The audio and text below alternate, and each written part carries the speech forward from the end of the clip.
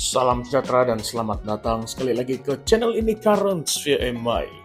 Panas, panas, panas. Sahabat-sahabat semua, pada video kali ini kita akan membongkarkan cerita panas tentang rakaman video perbualan sulit yang dikaitkan dengan nama besar dalam politik Sabah, yaitu Timbalan Ketua Menteri 1 Sabah merangkap Presiden Parti Solidariti Tanah Airku ataupun STAR, Datuk Seri Jeffrey Kitingan. Apa yang berlaku? Bagaimana seorang ahli perniagaan bernama Albert Tay berani mendedahkan jumlah jutaan ringgit yang didakwa dibayar kepada pemimpin ini? Dan lebih menarik, kenapa message misteri daripada isteri Jeffrey Kitingan sendiri, yaitu Cecilia Edwin, tiba-tiba muncul selepas pendedahan itu? Semuanya akan kita kupas dengan penuh kontroversi. Jadi, jangan kemana-mana, tonton sampai habis. Kisah ini bermula apabila Albert Tay, seorang ahli perniagaan yang kecewa kerana pihak berkuasa seolah-olah tidak bertindak terhadap skandal perlombongan Sabah, tampil membuat pendedahan baru. Beliau bukan sekadar bercakap kosong tetapi mendakwa mempunyai rakaman perbualan dengan Jeffrey Kitingan sendiri di sebuah restoran makanan laut di Kuala Lumpur. Dalam rakaman itu, Albert Tay mendakwa telah menyerahkan 1,78 juta ringgit kepada Jeffrey Kitingan.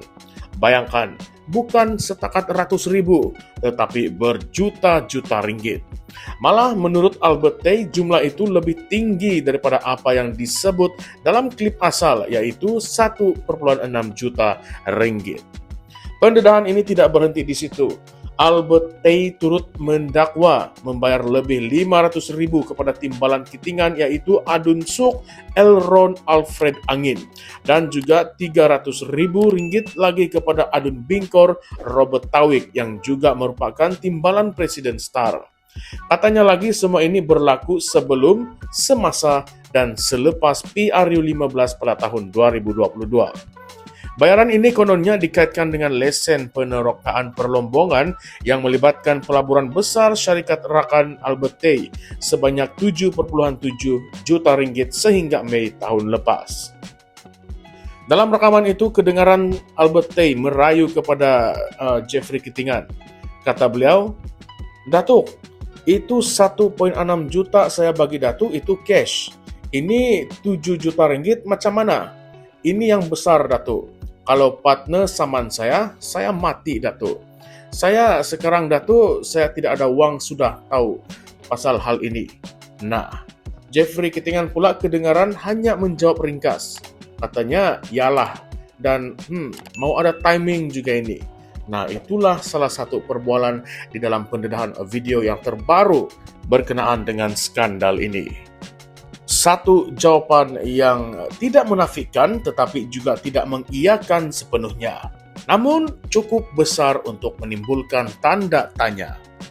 Lebih mengejutkan, Albert Tay mendakwa beliau menyerahkan bayaran secara berperingkat, antaranya 400 ribu ringgit sebelum PRN, kemudian 800 ribu ringgit semasa PRU 15, termasuk 500 ribu ringgit, 200 ribu ringgit, dan juga 100 ribu ringgit yang diserahkan sekitar September dan Oktober tahun 2022. Selepas pilihan raya pula, kata beliau, menyerahkan lagi 400 ribu ringgit, termasuklah 200 ribu ringgit melalui setiausaha sulit Jeffrey Kitingan, yaitu Rizal Johari. Jumlah keseluruhannya dikatakan sebanyak 1,78 juta ringgit. Tetapi persoalan besar, apakah reaksi Kitingan? Menurut laporan Malaysia kini, Jeffrey Kitingan tidak mengesahkan ataupun menafikan sebarang transaksi tersebut. Malah sebelum ini beliau menolak dakwaan itu mentah-mentah, menyifatkannya sebagai satu langkah politik untuk menjatuhkan kerajaan Sabah. Ketua Penerangan STAR Anwar Ghani Gilong malah menyatakan dakwaan ini langsung tidak berasas. Namun, rakaman yang tersebar ini membuatkan orang ramai sukar untuk menutup mata. Bukan itu sahaja, istri Jeffrey Kitingan, Cecilia Edwin, secara tiba-tiba dikatakan menghantar message WhatsApp kepada Albert Tay selepas video itu tersebar. Dalam message itu, Cecilia menulis, "Where is the rest? why boss only? Nah, yang bermaksud mana yang lain? Kenapa si bos saja yang ada? Nah, message ini mengundang spekulasi panas. Adakah dia mahu menekankan bahwa ada ramai lagi pemimpin lain yang turut terlibat, tetapi hanya suaminya yang didedahkan? Atau sekadar tersalah tulis? Kita tidak tahu kan? Ketika dihubungi Malaysia Kini, Cecilia Edwin enggan memberi komen yang panjang dan hanya berkata, no comment, saya tidak ada kaitan dengan apa-apa. Namun kemudian dia coba menjelaskan bahwa message itu sebenarnya merujuk kepada video yang hanya menunjukkan suaminya dan bukan orang lain. Tetapi persoalannya kenapa dia sendiri yang begitu cepat memberi reaksi kepada Albert Tay? Jangan lupa, pada Jun yang lalu Malaysia Kini melaporkan 6 lagi ahli politik Sabah yang terlibat dalam skandal perlombongan ini. Antaranya ialah Joaquim Gunsalam, Maximus Ongkili dan juga Jahid Jahim daripada PBS. Mereka semua menafikan dakwaan ini, sama juga seperti Jeffrey Kitingan. Tetapi pendedahan demi pendedahan oleh Albert Tay termasuklah 9 rakaman sebelum ini yang melibatkan Adun dan juga speaker Dun Sabah Kadzim Yahya semakin menambah persoalan. Apatah lagi, Albert Tay sendiri kini didakwa di mahkamah bersama 2 adun yang lain. Tetapi nama-nama besar lain masih lagi bebas tanpa tindakan. Inilah yang membuatkan orang ramai bertanya, adakah berlaku penutupan ataupun selective prosecution dalam kes ini? Sekarang mari kita masuk ke slot persoalan kontroversi. Persoalan yang pertama, jika benar Albert Tay sudah mendedahkan bukti berupa rakaman suara dan juga video, mengapa sehingga kini pihak berkuasa belum bertindak tegas terhadap nama-nama besar yang disebut?